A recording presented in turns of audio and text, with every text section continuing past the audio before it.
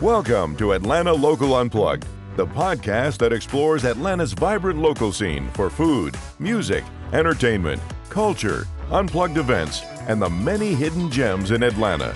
Your host is Riley Bennett. Let's dive in. Hey Atlanta, welcome back to Atlanta Local Unplugged, where we help you discover the city's hidden gems and unplug in the ATL. I'm your host and moderator, Riley Bennett, and today we're exploring food trucks, chef pop-ups, and mobile eateries taking over the streets right now. I'm thrilled to welcome culinary strategist and street food whisperer Sarah Bennett to the show. We work together behind the scenes, and she's here to share a practical, weekend-ready game plan for delicious roaming eats. Thanks, Riley. Street food in Atlanta is broader than a truck rolling up to a curb. It's trucks, sure, but also carts and tents at farmers markets, chef pop-ups inside bars, wine bars, and coffee shops, rotating vendors at breweries, kitchen takeovers, and dessert bikes. If a chef can set up, serve safely, and move to the next neighborhood tomorrow, it fits. That flexibility keeps menus fresh and neighborhoods buzzing without the overhead of a full build-out. Love that definition. It explains why the scene feels nimble.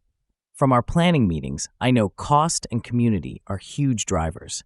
For folks listening, what's fueling this boom right now, and how are these pop-ups becoming launch pads for future brick-and-mortar spots? I'd also love your take on how the neighborhood vibe and fast-evolving menus keep regulars coming back week after week. It's thriving because the barriers are lower and the feedback loop is faster. A chef can test dishes with a pop-up cart instead of taking on a lease, learn what sells, then iterate by the next service. Breweries and markets welcome them because food keeps guests hanging out longer and brings families. Incubators and hosts provide shared commissaries, scheduling, and audience.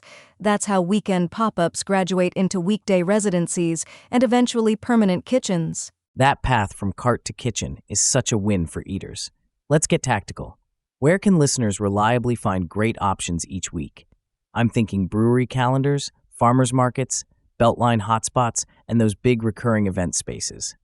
Paint us a current map people can use for this coming weekend. Start with breweries.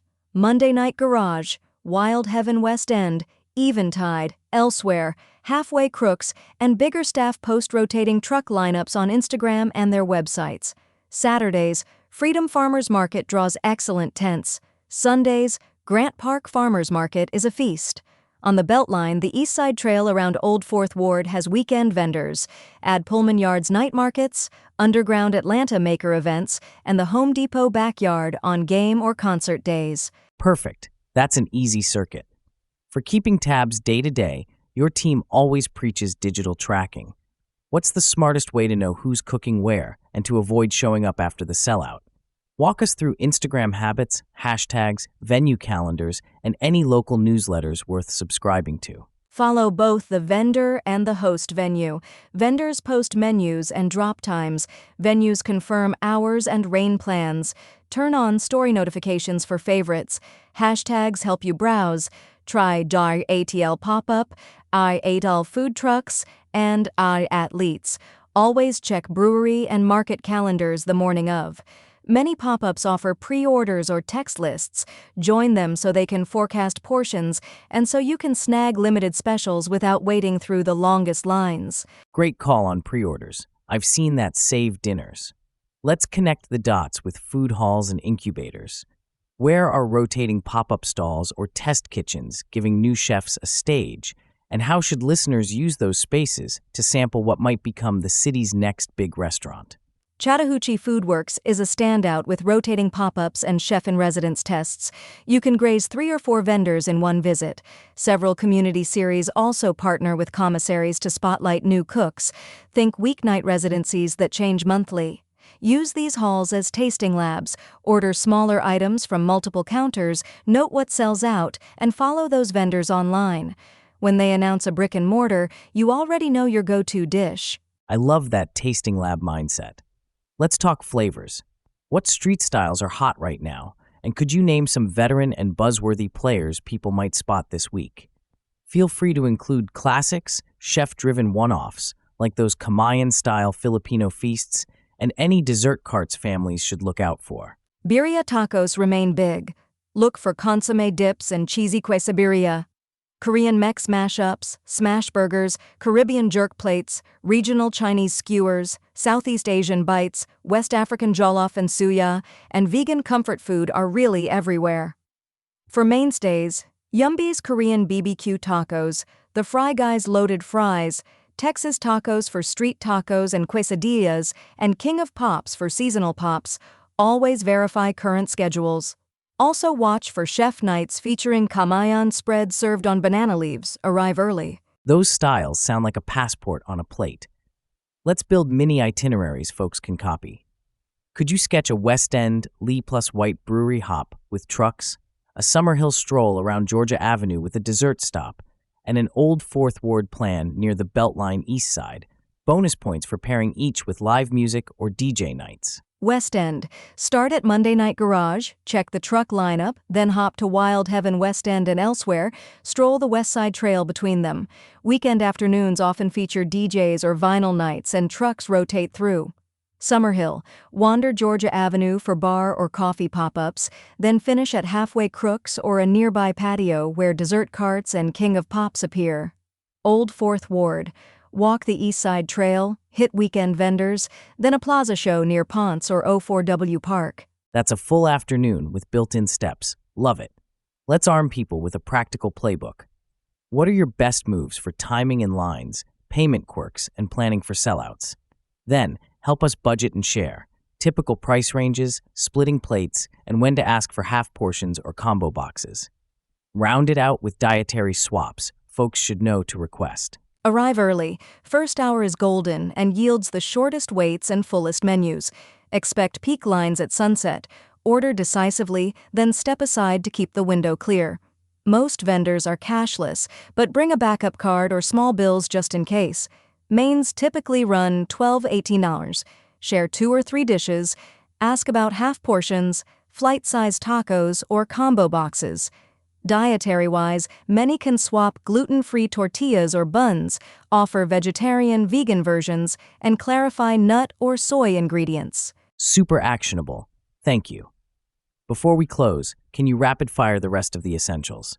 I'm thinking weather and seating strategy, etiquette that keeps service moving, basic safety cues like permits or commissaries, sustainability tips, and how to support vendors beyond buying a plate so they waste less and thrive. Pack a light layer, a picnic blanket, or camp chairs. Shade and seats go fast. Check rain plans. Some pop-ups shift indoors or reschedule rather than serve soggy meals. Etiquette. Know your order before the window. Keep the pickup area clear. Bus your table and tip. Small teams notice. Safety-wise, look for posted permits or inspection details, and many operate from licensed commissaries or under a host kitchen's permit. Sustainability. Bring a reusable water bottle and utensils, use compost or recycling stations when available, and decline extra napkins if you don't need them.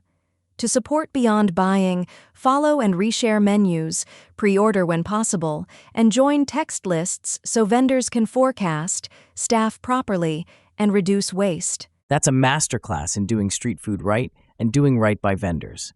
Thank you. Atlanta Local Unplugged, your guide to food, fun, and what's happening locally.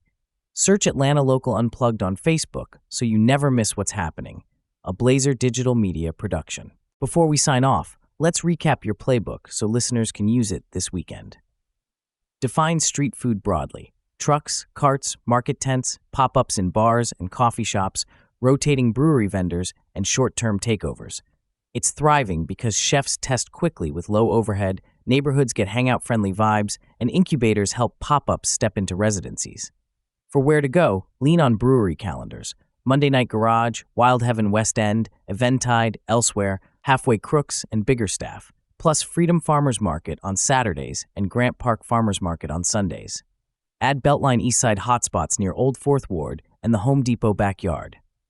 Track everything by following vendors and host venues on Instagram, watching ATEL Pop-Up, ATEL Food Trucks, and Aleats, checking calendars the morning of, and pre-ordering or joining text lists. Flavor-wise, chase birria, Korean Mex mashups, smash burgers, jerk plates, regional Chinese and Southeast Asian bites, West African jollof and suya, vegan comfort fare, and dessert carts. Seek reliable names like Yumby, The Fry Guy, Texas Tacos, and King of Pops, and watch for chef-driven Kamayan feasts. Finally, execute the basics. Arrive early, expect lines, order decisively, bring a backup payment, share plates, ask for half portions or combos, request gluten-free or vegan swaps, pack a layer and blanket, check rain plans, practice good etiquette, look for permits or commissaries, bring reusables, and support vendors online and via pre-orders. Huge thanks to our guest and to you for listening. See you out on the trail. You've been listening to Atlanta Local Unplugged with host Riley Bennett. Until next time, plan fast, explore deep, and enjoy Atlanta.